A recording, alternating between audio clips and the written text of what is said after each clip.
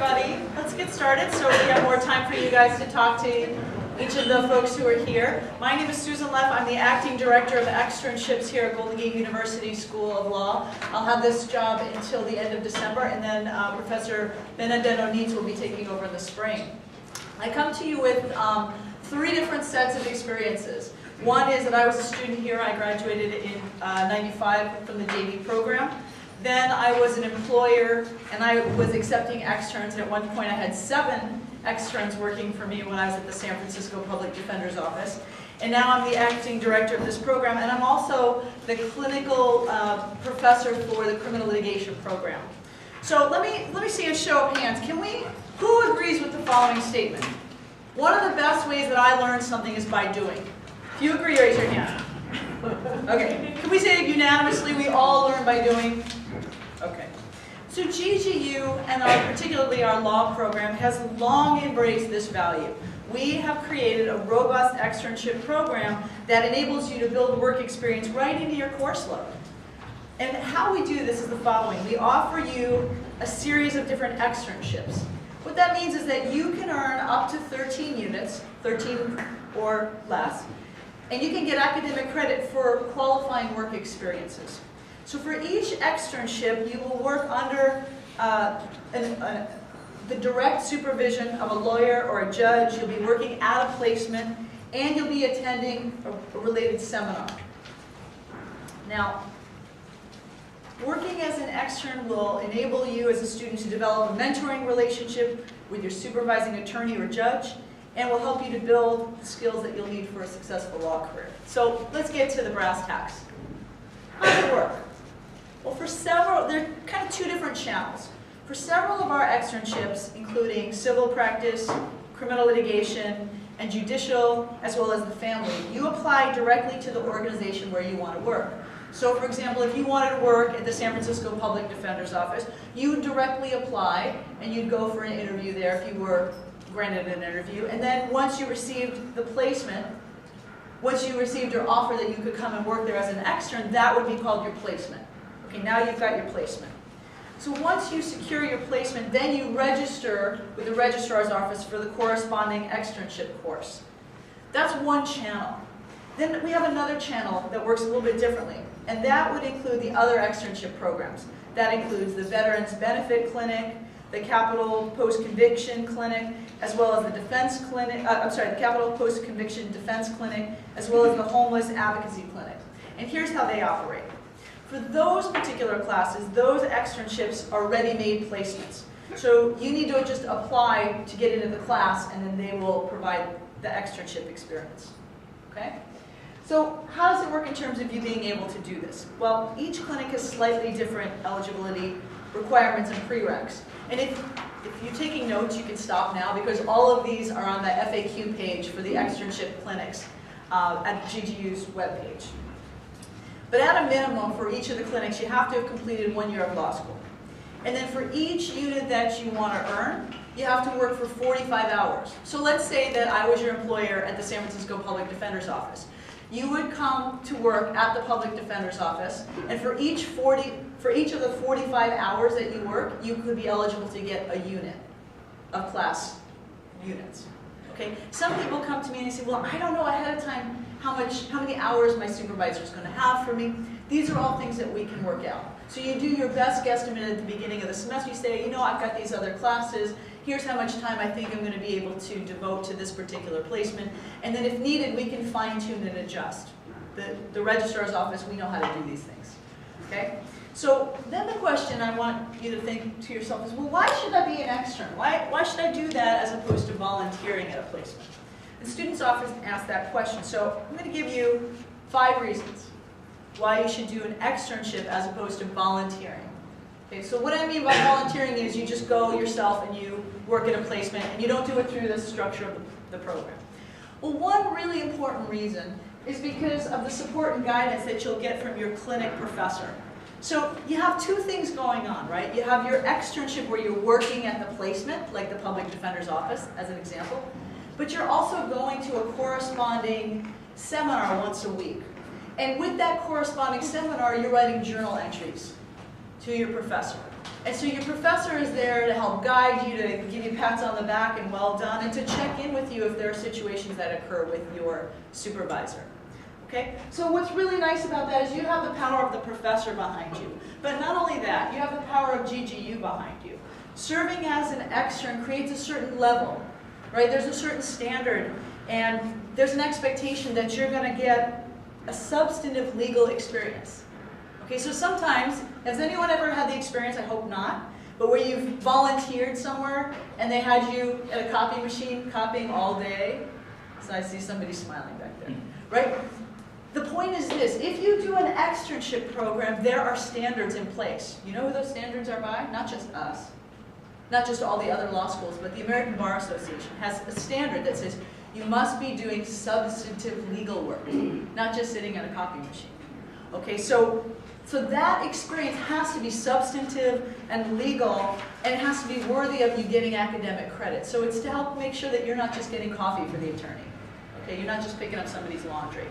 And this gives you a lot of leverage to make sure that you're getting something that you can really sink your teeth into, some substantive work, and not just simply administrative tasks.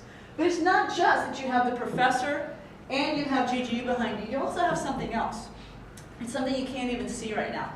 You also have something called BASE, and it's the Bay Area Consortium on Externship. So what that is that our school, along with all the other Bay Area schools, and that includes McGeorge, Bolt, all of us, Hastings, we're all doing the same things. And what I really like about that is that the employers who do this time and time again, like the Public Defender's Office, like the City Attorney's Office, they see the same paperwork again and again and again from our students, from the Hastings students, from McGeorge students.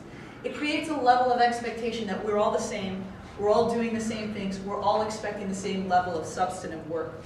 So you don't just have your professor behind you, GGU behind you, but you have every other law school in the Bay Area standing behind you, making sure you're not getting laundry for your supervisor. Puts us all on equal footing with all the other schools. Now, another thing that an externship can provide is it puts you in contact with other law students. It gives you part of a community. It gives you that experience.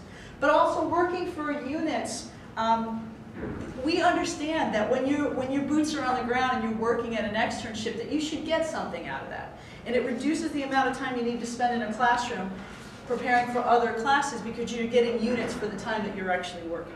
And also this satisfies your experiential learning requirement here at GGU. So besides all of these other things, the community that gives you, the work experience it gives you, this is a full package. It's the whole 360. And I think we are going to hear some more from LCS about how you actually get your experience going. So with that, I'll turn it over to Suzanne Ronald.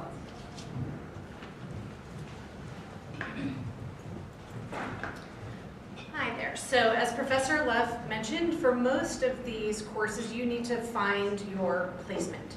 And we are here at LCS to help you with that. It's the same process that you would use whether you're finding a job, an internship, a volunteer position. It's the same sort of process, and the same exact resources are available to you. So you can sit down with an LCS counselor, we can do some planning and prep and strategy with you to figure out what kind of experience would you like to get, what kind of employer, what kind of setting, what are the skills you'd like to be building. We can help brainstorm, what might be appropriate places for you to focus on. So all of that same support you would get for any other experience you would get here. We will work with you on your application materials, your resume, cover letter, any other materials you might need for your job search. So we'll want you sitting down with us and having us critique your materials and make sure everything is appropriate for the employers that you have just identified that you want to work with. And then we have resources to help you identify different kinds of employers. And I'm calling them employers here. They're more like supervisors or host organizations. But I'm going to show you on the screen some of the resources that we have to help you. So LCS Online will continue to be a resource for you in this process. So I'll point out a few resources. First of all, you can take a look at our job listings to see if there are any employers who are currently advertising for applications for spring semester externs if you're looking for spring, or even summer if you're planning ahead. So you can go to our LCS Online job listings. And one way to identify employers who are specifically seeking externs is to go over here where it says practice areas. And if you go to the drop-down menu, you'll see all of our externships are listed here. So if you already know, I really have a particular interest in the civil practice externship, you can click there and click search. And if we have any current job listings that would be appropriate, they will come up. Okay, so that's one way to identify potential opportunities, and then of course you click the listing and you get all the detail that you need about the opportunity, how to apply, to whom you should address your materials, etc. You certainly don't need to limit yourself here, and I do encourage you to scan through all of our job listings, because sometimes it does not occur to the organization to sort of check that box or announce that they're available to be the host for an externship.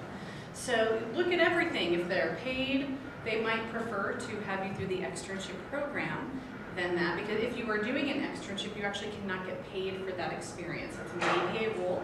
It's not our rule, it's the ABA's rule. But I can imagine an employer thinking, well, wow, we were prepared to pay, but if you want to come to us and do academic credit through your school's program, that enables us to leverage our resources a little bit better, and we'd love to have you.